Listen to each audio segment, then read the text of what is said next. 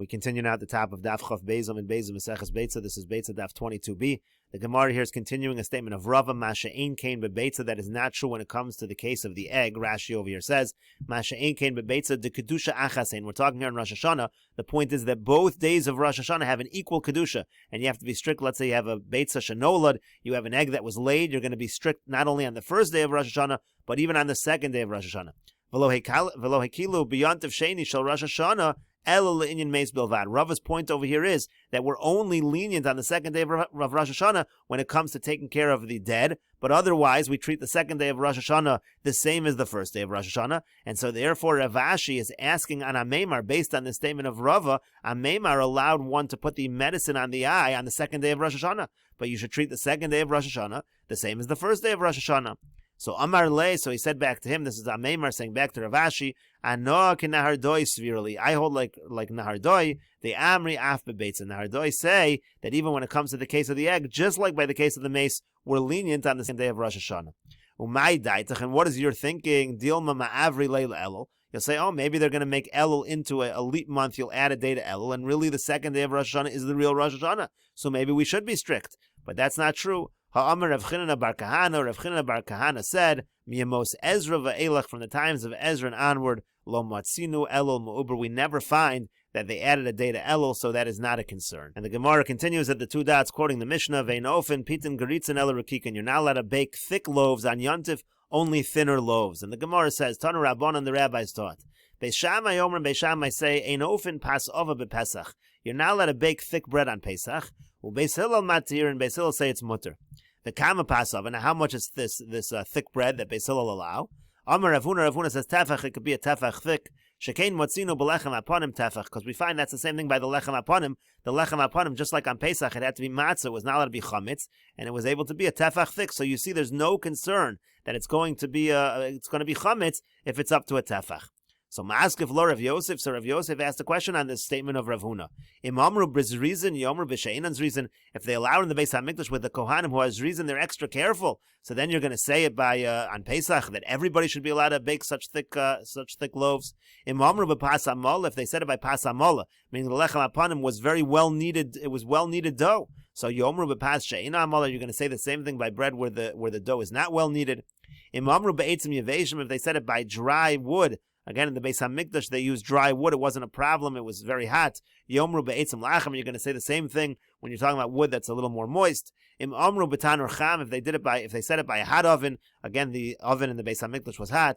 Yomru b'tanur tzonin. Does that mean we'll be so lenient when you have an oven that's not as hot? Im amru b'tanur shel mateches. If they said that this was true by a metal oven, yomru b'tanur shel cheres. Are they going to say the same thing by an oven that's made out of earth? So in other words, the point is, just because they're lenient like that in the Beis HaMikdash does not mean you can apply the same leniency to everybody on Pesach. So Amar Rav Yirmiyah bar Abba, so Rav Yirmiyah bar Abba said, She'ela says Rebbe b'yichud. I asked my Rebbe privately, Umanu, and who is this Rebbe Rav? I asked Rav privately, my pas ova, what does it mean when it says thick bread? Pas meruba, it actually means an abundance of bread.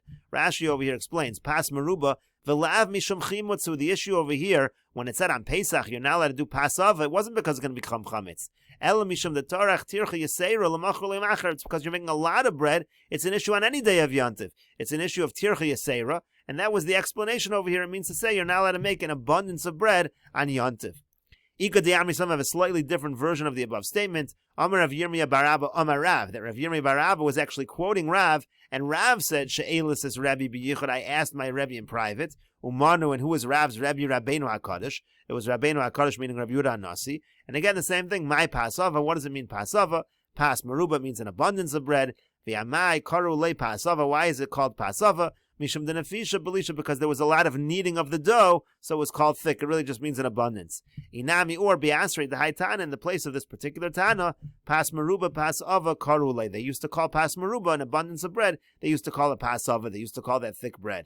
But anyways, the Gemara says, Mechli, let us see.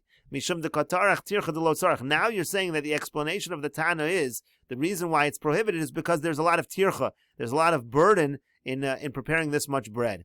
Delot tzarachu. It's a tircha that's not needed. So therefore, ma'ir Pesach. So why are we only speaking about Pesach? Afilu b'shar yamim tovim nami. It should be true on all yamim tovim.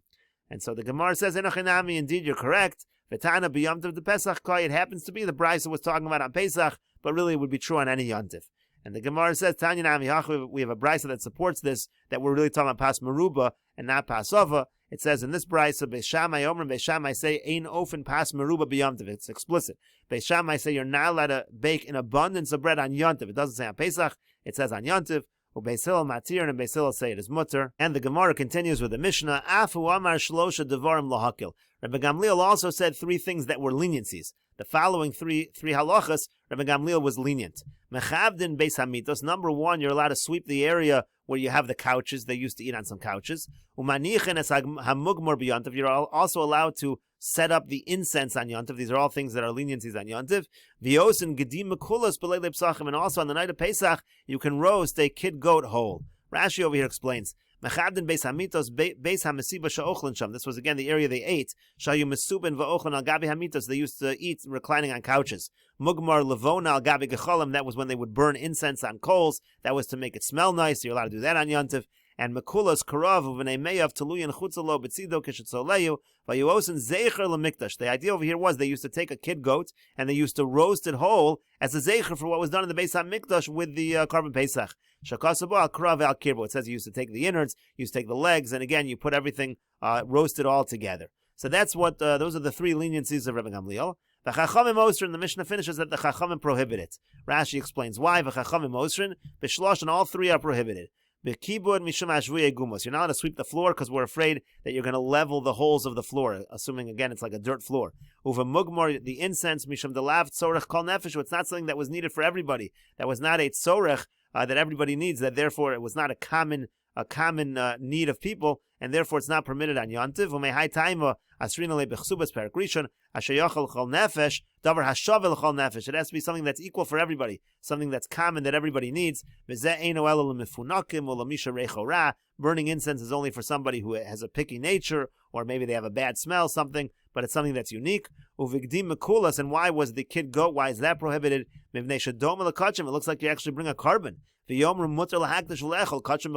going to think you're allowed to bring a carbon outside of the Beis HaMikdash. And the Gemara says, Amar Ravasi says, Machlokis legamer. The whole machlokis over here is if you are burning the incense for your clothing. But if you just want to do it to make a nice smell in the house, Divrei HaKol mutter, then everybody would agree it's mutter, meaning even the Chachamim would say that it's mutter. Rashi over here says, Machlokis legamer, kishasru chachamim lo asru lekashaminicho, kedei legamer bo kelim shenosein hamachtim halavona v'agecholim tachas habegodim. It's only aser. The Chachamim said it's only aser if you put this incense, you burn it underneath your clothing, lahachnis boin reach, to put a smell in those clothing, to lavel hanoas hagufu ela lahachsher kelim, because that you're not doing for the pleasure of your own body, you're doing it for the clothing. Avol meniach levon al gabi gecholim lahariach reach mutter shanas gufu laochel nefesh dami. If you're doing it that you should just have a nice fragrance to smell, so then that's just hanoas haguf. That's just considered to be pleasure for the body. That's like ochel nefesh, no different than preparing food, and it's going to be permitted. Vahashta l'mayt tukam Ravasi. Now Rashi explains, right now, according to what Ravasi is saying, lo havit time of the Rabbanan mishum davar hashavel l'chol nefesh kedefarishas la'el. The reasoning of the Rabbanan why it's prohibited is not because it's something that not everybody enjoys, that's not common. That's not the reason why it's a problem. Ela mishum delikshot kelim hu mechavin. The reason is because what you're really trying to do is adorn your clothing. Rashi says later on, we're going to retract from this position. But right now, we understand that the reason of the Rabbanan is not because of an issue that it's not davar hashavel l'chol nefesh, but it's just an issue that what you're doing is you're trying to misakin your kalim, you're trying to adorn your kalim. And so the Gemara now says, Meiswa, we have the following question. This is from a Tosefta. Ein mechavdin beis hamitos b'yomtiv. You're not allowed to sweep the area, again, of where the couches are on Yontiv. V'shal beis Rabbi Gamliel mechavdin. And in the house of Rabbi Gamliel, they used to do that. Amar Rebbe Elazar bar Tzadok, Rebbe Elazar bar Tzadok says, Pa'amim harbe nechnasti achar abba leveis Rabbi Gamliel. Many times I followed my father into the house of Rabbi Gamliel. V'lo hayu mechavdin beis hamitos b'yontiv. And they did not sweep, they actually didn't sweep that area on Yontiv. What they did was as follows. Ella rather mechavdin oson me'erev Yontiv. They swept it from before Yontiv. Uporsin aleim sadinin, and then they would put some sheets over the floor. And then lamacher, then the next day, kishaorchem nechnasim, when the guests came in, misalken and sasadinin, they would remove the sheets, v'nimsa habayis mischabin me'elav, And it came out that the house was swept on its own. And so the Tosefta continues, Amru lo, so they said to him, Im kain, if that was the case, Av b'Shabbos mutter lasos kain, that would be mutter even on Shabbos. If that's what you think they did in the house of Rabbi Gamliel, that's what Rabbi Gamliel permitted, that everybody would permit even on Shabbos. And then the Tosefta continues, Vein manichin es ha-mugmor b'yontiv, you're not allowed to set up the incense on Yontiv, v'shal beis Rabbi Gamliel manichin, and the house of Rabbi Gamliel, they would do it. Amar Rabbi Elazar bar Tzadok, Rabbi Elazar bar Tzadok says, Pa'amim harve, many times, Nechnasti acharab leveis Rabbi Gamliel, I followed my father into the house of Rabbi Gamliel, v'lo hayu manichin es ha-mugmor b'yontiv, they wouldn't set up the incense on Yontiv. Elu mevian adarsko shel barzel ashna nosan me'erev Yontiv, rather they took these pans made out of iron, they smoked them up from before Yontiv, upokakin nikvein, and then they would seal up the holes in the pans, me'erev Yontiv, from before Yontiv, lamachar, and the next day on Yontiv, k'sho'orchem nechnasin, when the guests came in, poschen es nikvein, they would open up the holes, v'nimsa habayis misgamer me'elevo, come out that the house would smell nice on its own. And so again, the Tosefta continues, Amru lo, they said to him, Im kain, if so, af b'Shabbos mutter lasos kain, if that's what they did in the house of Rabbi Gamliel, everybody would agree you could do that even on Shabbos. And Rashi over here says, "K'she'orchem nichnasin shein kruyin l'suudas hanasi l'chavad yontav." You had guests coming to the house of the nasi. Again, Rabbi Gamliel was the nasi. Rashi continues over here, "Imkain, if so, lo hayu chaver of chalukin alav." If that's what you think Rabbi Gamliel permitted, everybody would agree. No one would argue. Tiaf b'Shabbos muter lasos kain. That's allowed even on Shabbos. Elavadai b'yomtiv hayu manichem. So rather, what they're saying is, no, for sure, Rabbi Gamliel's house they would do it on Yontiv. Lefikach nechel koalav, and that's why the Chachamim disagreed. In any case, Rashi says, Mikol Malkum, nevertheless, Gamrina and Mino, what do we see from here? The lav legamer havel lahariach. We see that the issue is, clearly, it's to make the room smell nice. They're not talking about clothing.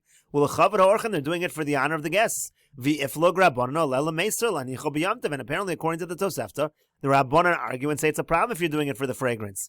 Aliba the Tanakama. Well, the Rabbi Elazar bar Tzadok, and according to Rabbi Elazar bar Tzadok's version, Afilu Rabbi Gamliel lo hitter. Even Rabbi Gamliel really didn't permit it. It's even more strict. Yet you're saying, according to everybody, if it's to make a nice fragrance in the room, everybody would say mutter. Clearly, that is not the case in the Tosefta. And so the Gemara continues, Ella rather, itmar hachi itmar. If any statement was made about the machlokas between the Chacham and Rabbi Gamliel, it should be said as follows. Amar Ravasi says, machlokas lahariach. The whole machlokas over here is when you're doing the fragrance to have it smell nice in the house.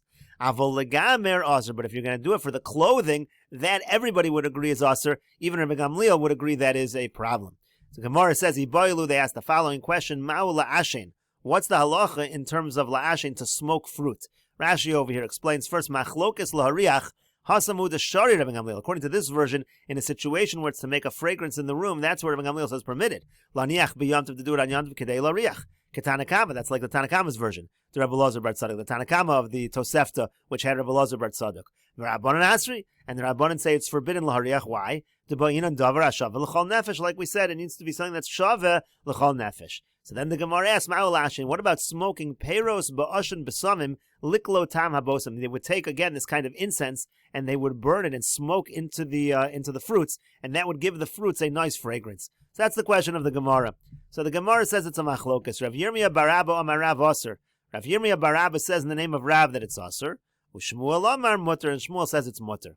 Rav Huna Amar Aser. Rav Huna says it's Aser. Why? Because what you're doing when you're doing this is you're extinguishing. Amar le Rav Nachman. So Rav Nachman said to Rav Huna, V'neim Amar Mimnei Shemavir. Maybe the problem really is that you're creating a fire. You're burning a fire, not extinguishing. Amar le. So he said back to him, Tchilaso Mechabe. The sofa maver. Actually, that's exactly what's happening. In the beginning, you're extinguishing, and in the end, you're creating a fire. Rashi over here says, Aser. So why is it a problem to smoke? To tifnok yiseiruhu ve'ein shava l'chol nefesh el istinis. So first, Rashi says the reason is because it's something, again, not everybody needs. Only somebody who's picky, only somebody who's finicky needs that. Most people don't need it. Uv'hai oshan ika av malacha. Now, doing this smoking is an av malacha.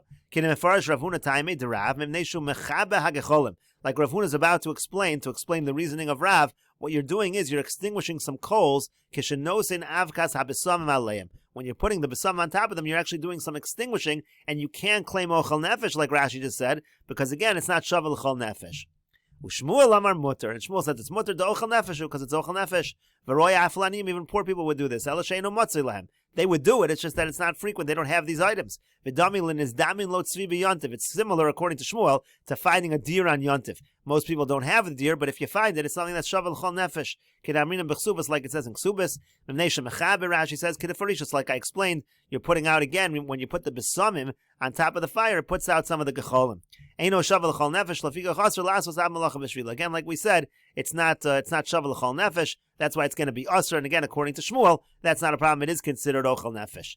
V'neim amar v'mneisha mavir. So the Gemara said, well, why are you saying it's mechabe? You should say it's mavir habesamim. You're lighting up the besamim. Shagam ze'av malacha. That's also not malacha. And he said, you're right. Amar le tzchilasa mechabe v'sofo mavir. Utarvayu hababei. They're both true. You're extinguishing and you're also lighting a fire. V'yanok kama kama nokte. I was just choosing the first thing. First you're extinguishing, then you're making a fire. So again, you have over here Rav Yirmiyah bar Abba saying in the name of Rav, it's Asur. Shmuel says it's Mutter, and Rav Huna is explaining in Rav what's the reason it's Asur. It's Mechabe, but really it's Techilasa Mechabe, V'sofa Mavir.